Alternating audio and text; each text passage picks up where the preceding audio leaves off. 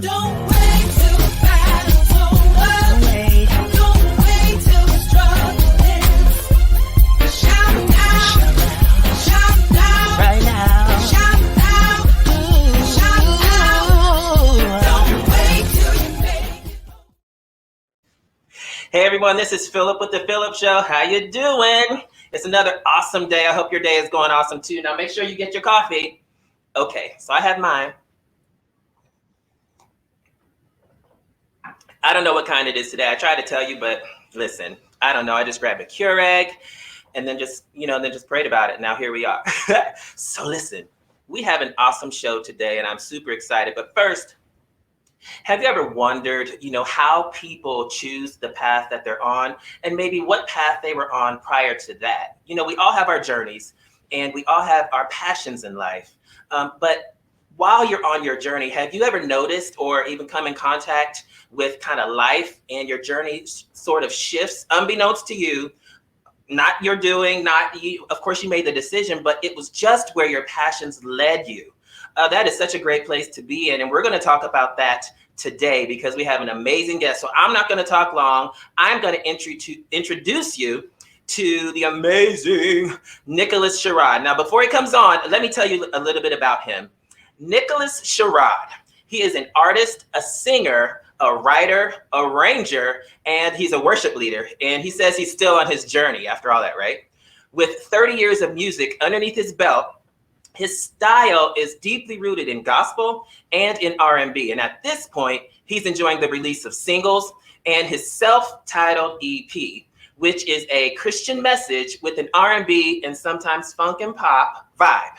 His goal is to share some real thoughts and feelings many of us have and leave the listener, that's you, better off afterwards. And that is amazing, to leave the listeners better off afterwards. So I can't wait to introduce you. So help me welcome to the PHILLIP Show, Mr. Nicholas Sherrod.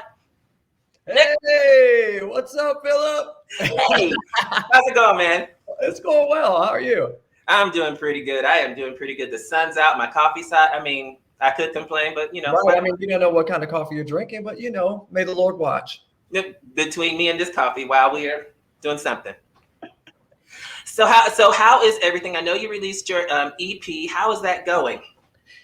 It's going better than I could have imagined. Really? This was one of those things, and it's, so many cliche comments, but when someone says, I just did it because I wanted to do it. I don't care about how many people do it. And before that happens, you're like, sure you don't. Yeah, you don't. When I made the decision, I want people to listen, but my care is not with how many people are able to listen. It's like about the people that are able to listen and what they feel about it. And so, yeah, it's going well. And I'm really excited about people really happy about what I'm saying. Yeah. And, the feedback of telling me that they felt some different way. I mean, as a singer alone, it's a great compliment when someone compliments your voice or your talent. I'm very grateful for that. But for me, that's great. But when someone tells you that you made them feel something or you took them someplace, that means that your talent did something. So it wasn't just a talent. So for me, that's secondary. And then for me personally, in this situation, it's God. It's not me. It's him saying, I'm going to use that to do this. So there's no better situation. I enjoy it. I like it. I'm good at it. And God's using me. What's better? I like pizza, but there's not many. Listen, when you have to think about, God's purpose for your life and pizza, that can take you a minute to kind of come to a decision. He wouldn't be mad because he knows me. I'm going to come to the right decision. But like, God, I'm sorry, that pepperoni and cheese. I have to consider it. Well, I can't wait. I heard your EP, but I want the people to hear just a little bit of one of your songs so we can listen to it. They can get a feel for where we're going and what we're going to be talking about. And then we're going to come back and just dive into it a little bit deeper. So I'm going to let you set up the clip. We are going to listen to a snippet of a song. Tell us about this song. Can You Stop the Rain? As brief as possible. First single on the EP. And it was co-written. All the songs were co-written by myself, my co-producer Craig Allen, which is the central worship pastor at Vineyard Columbus, and he's a very talented musician. This music he actually wrote many years ago, over 10 years ago. And when I was starting the EP process, you know, he's sharing music with me. A few said, okay. As soon as I heard it, I said, okay, something's different with that. And this song is really about the struggle. You know, all the EP songs are really conversational with God. And for me, I'm a very basic person in my relationship with God, the way I talk to him, you know, and it is, I have a problem. I'm going through it, but I know you're there, but I need you to fix it. And as the song goes on, it increasingly gets more intense. Like, okay, I know you're there, but for real though. And then, so it's just, but it's really just that real talk. Like, I know you're there, but where are you at? And I need you to stop it now. So can you stop the rain? That's what it's about. All right. Well, why don't we listen to a little bit of that, and then we're going to come back and just dive right in. So here we are with Nicholas Sherrod, Can You Stop the Rain? As I deal with the pain, I feel you near, and I know it's just fear, but I need you to hear me. Lord, can you heal me now? Can you stop the rain? And I wanna know, can you hear my cry? Can you hear me, Lord? I wonder if I pray. I'll say this when I pray. Can you stop the rain? Can you stop the rain? I was over here jamming. That's such a peaceful song, very earnest and very sincere. So one of the things that we're talking about today, and I love how you set that up. You are doing a Christian album, or a Christian EP, excuse me. How did you get started in music? You went way back. One of my parents, when I was 11, took me late at night to say, I'm tired of hearing you sing around the house and loud in this house in the shower, and introduced me to two gentlemen, Philip and Carlos, that were 15 and 16, and said, they sing, you sing something, and stared at us. And we stared at each other and we talked. And after a couple minutes, we sang In the Still of the Night by Boyz II Men, big Boyz II Men fan. And that was my first singing group. And then I've been singing professionally. That started me wanting to be a famous artist and whatnot, which that shifted as I got older. Like, okay, I don't necessarily need to be famous, but that's where I started. So I've been singing. I love R&B. My favorite era of music is 90s R&B. Love it. Right. I was like embedded in that. And oh my God, the talent shows and the singing. And I always sing in choir in college and in school. So I sang tons of different types of stuff. But that's what I love. And then grew up in Baptist church, love gospel. But yeah, that's where I started and haven't stopped. Wow. Yeah, 90s R&B. I mean, I'm just like, can we get the music? I just miss melodies and chords and lyrics and, music. But anyway, I digress. So, okay, so you started in R&B, and listening to your voice, I loved your bio, because you can hear those tones, right? You can hear the R&B influence, the you know, all of that, as well as the kind of gospel influence. Yeah. So when you were doing R&B, what was your sense of purpose there? Did you get, because I know when we first started, you were saying that people now listen to your music and they're like, it makes them feel something. They tell you that they feel something in the music. When you were doing R&B, did you get that same sense of the emotional connection from people? Sometimes, Mhm. sometimes, but nowhere near as frequent. The feedback when I was singing R&B, and I'm blessed to have always gotten very positive feedback. I have a very distinctive and high voice, so I'm always stick out, you know, easily. Yeah. But most of the comments were often about my voice and being distinctive and whatnot. So, and that was great. And that was fine. And I had no other point of reference. You know, at times people would say that, hey, this song made me feel this, or the way you said this, I thought about this relationship. But yeah, you know, mostly that was it. And I actually, in time, you know, here and there, up until my mid-20s, I sang in church every once in a while, but I started singing in church a lot more at my mid-20s, around 25. And even after I was singing in church, because I go to church and I go to church frequently, but people would say that, but still, it was still focused on my voice talent, which again, I don't take anything away from that. Because I want my keys to be hit right, regardless of what I'm singing. Let's be clear. But you said gospel or R&B. I'm going to be on pitch. What I'm saying, we need to be on pitch. Okay. I love it. Find your note. Find your note. Operating facts. Operating facts. That's my life. I can't speak for anybody else. Okay. All right. So that's funny. Okay, so right. Okay. So let me ask you a personal question. So that's what people were experiencing from your voice. Mm-hmm. So in R&B, you were it was more of the talent.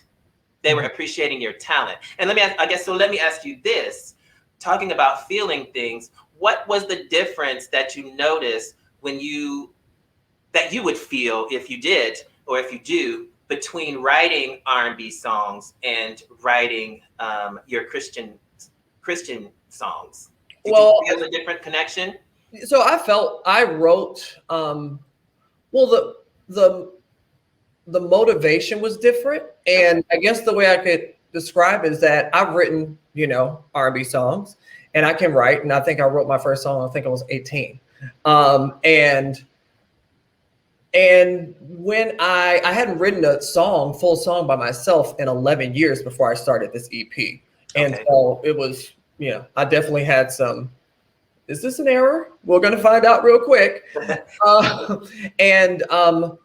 The way I came about writing wasn't, can I write Christian music first? It was, I want to do EP. And then it was like, well, I have to. And because this is what I want to do, I want to write. There was no option for me not to write it, because I wanted to come from me. And so the feeling I felt was, actually, very honestly, the first feeling I felt was, so I just turned 41. And do I know enough of the word and my relationship close enough with God that I'm going to say truthful things? Because the difference in R&B for me, straight up, I can sing about pelvic thrust all day. I can make up a scenario. I said 90s R&B, didn't I? I said, I mean, are we, is this a truthful show? Let me ask someone outside. Is this truthful? Okay. I'm talking to the make-believe cameraman. Yeah. So that you could do whatever scenario you want. It doesn't have to be the truth. Yeah, it can be fiction. There's a responsibility. If I'm going to do this, that's what I was nervous about. Like, I hope that I'm going to tell the truth. I can't say something inaccurate, because this is different. Like, this is me singing and delivering a story or a situation, where this is a story and a situation, but this is a message. So that was my first concern. And then after that, after we wrote Can You Stop the Rain, that day, I remember leaning back like, did we just do that? And That's the truth. Oh my God. And I just was like, oh, I literally was like, with Craig, I was like, oh snap.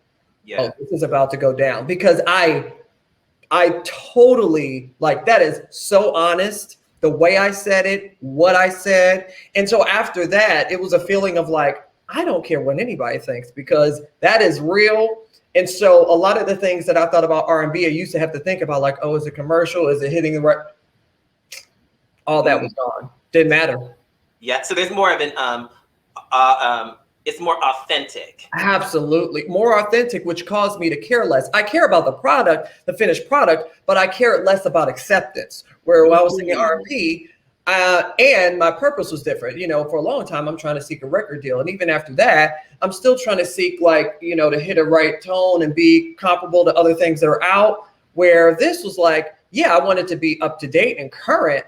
Yeah. But I cared a lot less about acceptance of my message, because it's mine. So if you don't accept it, you don't have to, because it's mine. I hope you do accept mine, and you can find some, you know, you can find it relative to something you've been to. But it's a different, you know, and I also think age does, and experience does play into that.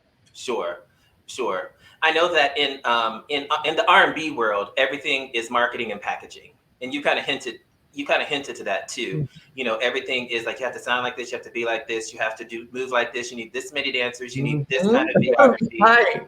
You know, and it's just, and there can be a very, regardless of your talent, because even with your talent, they'll try and change you into this. They're trying to make you sound like this, similar to this, but not really that. And there's always this pull and tug. How do you think that for you, even though you're an independent artist, to not really, quote unquote, seeking a record deal, but what is the difference for you going from the throes of the marketing machine, which is the music industry, into the realm of Christian contemporary / gospel and kind of worship? What's the difference? So what I'll say first is that I want to make sure, before I make the next comment, is that I still need help. Like, I still need instrumentalists, co-writers. Like, I still need a community to bounce things off of. So that never changes. Yeah. With that said, one thing I know now, singing Christian music, is that I'm enough. I didn't feel like I was enough if I was singing with a group or by myself. And again, this is hindsight in how, when you're analyzing, why am I feeling, I've done a lot of, you know, analysis of, why do I feel like this now? Why am I moving different now? And everything has changed for me, not only what I'm singing, but how I'm singing it. I'm doing vocally, I'm doing things that, there are things that I used to do in the bathroom. There was about, I think I used to sing, when I would sing publicly, to 75% of what I was capable of. Yeah. And now, you're going to get, you know, well, depending on the day, because, you know, the throat tells you what you're going to do. Right. But, you know, I'm singing whatever I can give, and a lot more daring and confident. Okay. And I think that has a lot to do with, I also feel a sense of responsibility now. Okay. Even though I'm singing my truth, you know, if I'm singing my songs, or I'm singing in church, or I'm leading worship, you know, especially leading worship, there's a responsibility to get people you're singing to certain, like, my job is to set you up to be in a posture to receive the word. So I thought the other day, somebody asked me about this. I was like, I don't think God would be cool with me leaving 25% at home, because my thought would be like, so I gave you 100. Are you saving it for, you know, Tuesday, which you don't know? Like, right. You know, I don't, and it seems very flippant, but when I thought about it that way, like, ooh, sorry, you know, you think all those years you were doing that. But yeah, so it just shifts to my reasoning, and I do care a lot less. I care more, but the things that you talked about in R&B, that's not relevant to me, even though I still, you know, I'm not going to roll up, you know, looking any kind of way and not prepared, but I know I'm going to do that now. Yeah. Where I didn't know I was going to do that. I was so concerned about it now. It's shifted. And I think a lot of that has to do with the feedback. It's less about my voice. I may crack. I pray every day I don't. I may be hoarse, but I still, on those days, there have been so many days, oh my gosh, that I've sang and I'm like, oh, what was that? And those are some of the days that people came and said, you did something. I'm like, I'm like, oh, thank you, Jesus. Yeah. You know, because, you know, and so it's just a lesson of just reminding him. And I just think, I don't think that God wasn't with me and was not okay with me singing R&B, but the difference of him supporting me and kind of, I think he was supporting me before. And now I kind of feel like he's down the street with his hands on his hips, like, are we coming? Yeah. Yeah. Do you think a lot of it also has to do with not so much God's support, but you had mentioned, you know, when you were in groups or back in the R&B days, you were, I don't want to say disheveled, but you weren't yourself.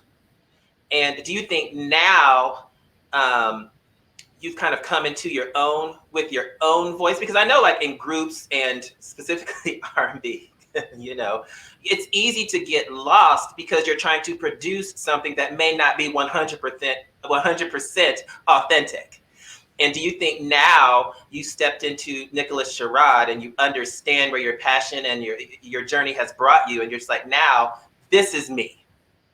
Totally. And a lot of it has nothing to do with music. It just has to do with my own personal development and my maturity and being comfortable. And I hope everybody gets to this place, and I know everyone doesn't, you know, and it's a journey. I'm still figuring it out, but I'm very comfortable with who I am and what I offer and my personality. So a lot of that, you know, lack of confidence or trepidation and, you know, oh, maybe I rap, but you know, it's a Saturday. I have some vocabulary words, a few. So, but a lot of it comes with my life experience. Yeah. So, because right now I'm like, wow, 40, 41. This is when I do my first EP or album by myself, but I wouldn't change it because it wouldn't be what it was 3, 4, you know, however many years back. So that has changed, you know, how I approach it. I think a lot of my life experience and, you know, and again, I know now, I didn't know it at the time that I was making this decision to make this shift. Specifically, I don't want to say I necessarily heard from the Lord. I didn't hear like the specific, hey, you need to do this. There were a lot of little nudges that I'm like, where is this coming from? What's that about? What? I don't want to do that. I've never wanted to do. I never wanted to as my career do gospel or Christian music. Never. Sing in church all day. Never wanted to do that. I never wanted to be a worship leader. I'm like, give me a lead. I'm good. Never wanted to. And the worship leadership thought came first and I was confused, but I said, I think I need to try it because it seemed like a really good mix between what I do for work. I'm a director of operations for work. Basically, it's not the exact same title, but that's what I do. And then I'm like, wait a minute, operations, music, worship leading, man, I could do this. Yeah. And then I pursued that. And then a couple months later, literally out of nowhere, like, I think I need to do an album. And the Christian part didn't come first. I was like, I think I need to do an album. And I was going to do it by myself because I don't have management now and all that stuff. And then all the other questions like, well, do I have to pay for this? Do I have enough money to pay for this? And all those things. And the back end of the decision-making process is like, I think this needs to be Christian. That really confused me because I'm like, what's going on? You know, and because I felt like I was abandoning something that I love. And I also always felt that I didn't do as well singing Christian music as I did singing R&B, you know? Okay. And so after I molded over, I just said, I think it makes sense because I was just leaning more and more into worship and what I was doing in my church and in the response, I'm like, I really like somebody feeling something. So I think I need to try it out. And as soon as I made that decision, I was like, I'm just going to walk it out. And the ironic part about it too, that still freaks me out now is that they were feeding each other. I started my EP. Well, I wanted to start right when the Rona came, and well, we know what that did. And I took a beat,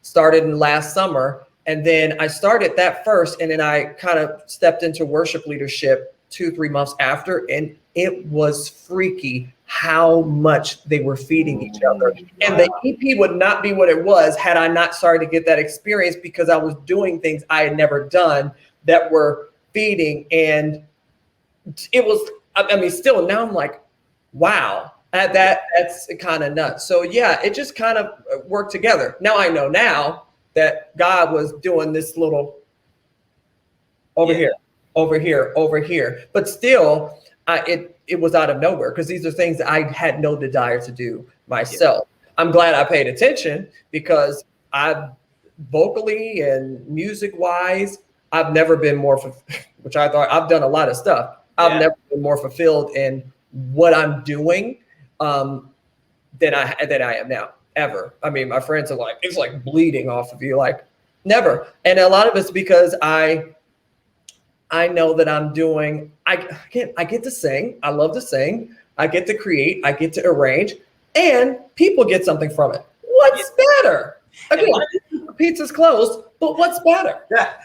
One of the things I love about your journey, and one of the things I love about your EP, is that you as an artist have grown, but you haven't changed. And I can hear those influences with you just being the person that you are, in a vein of Christian and worship, you know? So I can still hear you. So you didn't change you, you know, you changed into a message. And I just love that, because your EP is very fresh, and it's not your traditional Christian contemporary or gospel EP. It's like your own lane. It's like the Nicholas Sherrod version of this, you know, and I really enjoy it because it's fresh like that. So let me ask you just really quickly, because I know we have to go soon, and I want you, for the people that are out there, because we're talking about Christian versus secular, and how you stay true to you. So if you could give somebody who is, it doesn't have to be music, but they're just fighting with how to just remain authentic, what advice would you give somebody? Oh, Lord. Okay, I'll be as short as possible. Number one, who's in your circle? Okay. Big deal. Very big deal. If you don't have people, for me, I don't like cheerleaders in my inner circle. Cheerleaders will lead you down whatever road you're going without any kind of checking or balancing or questioning or support. Not a good idea. So that's number one. Number two, you know, something I do just in life, you know, every few years you get older, like, okay, what's going on? Not in a negative way, like, I'm a planner, but I also like to have freedom to, you know, go things. I wanted a puppy this year. Well, I bought 2 or 3 puppies with that EP. It is what it is. But you kind of got to have a direction, you know, where you want to go. And then for me, what's really important, you know, I think, you know, Christians or non-Christians, is that I really want to do something that I can enjoy. And I also want to do something that is going to help other people. Like, I'm not here just for my own enjoyment. Like, I enjoy someone else doing well and someone else getting something from what I'm doing. And I just really do. And I think if you do that, regardless of your, you know, your spirituality, then you'll do well and pay attention. And I'd rather fall forward on my face than fall backwards out the door. Wow. So I want to be walking forward, because if I'm moving forward, I still took a step forward. If I fall back, I'm going to have all these thoughts of like, what could I have done? Why didn't I do this and stuff like that? And for, you know, my spiritual folk, I have been trying more and more. I was one of those people that did very well with listening to God in one area of my life and not into others. And I've been trying to be like, ooh, if I could put this over here, this would be great. And what I got a lot of work to do. I'm kind of on the Christian crawl versus a walk. I'm kind of that Cro-Magnon situation, you know, that's what it is. But for me, the Holy Spirit is that nudge. And for me, it's very subtle. It's through people. And it's kind of just like, you sure about that? And paying attention to that, and just kind of walking it out. And I've learned one problem I used to have when I was younger is that I had to know everything that was happening. I have to control everything. And I kind of have let go of a lot of that. Don't worry about the weak. Let's control, let's deal with the weak. And I kind of look at my life as putting a foot out and kind of like looking left and right, like I'm just gonna go and we'll adjust if we need to. And what I've learned is if I do that and slow down a little bit, oh my God, the rewards from that. And for me, you step. I always feel God can do whatever he wants to, but he also wants you to make a move, and he wants to teach you. And for me, like he's like, if you move, I got you. I'll do this. So, you know, kind of take your time, know yourself, watch the people you're around, and take some risk. Well, that's some great advice. So Nick, you're on, so they can find you at nicholassherrodmusic.com. Everybody, it's right down at the bottom. And he's on all of the digital outlets. Nick, congratulations on all of your success. Congratulations on your journey. Congratulations on finding your voice and loving it. And thank you for being here. We can't wait to listen to more of your music and see where you're gonna be. Thanks for having me. Absolutely. All right, everyone. Thank you so much for joining us here on the PHILLIP Show. You can always find out more information at phillipperwork.com. And until next time, make sure that you're bold and you're proud and be you. And note that you are the best you in the world. Thanks for stopping by. We'll see you next time. Bye. Don't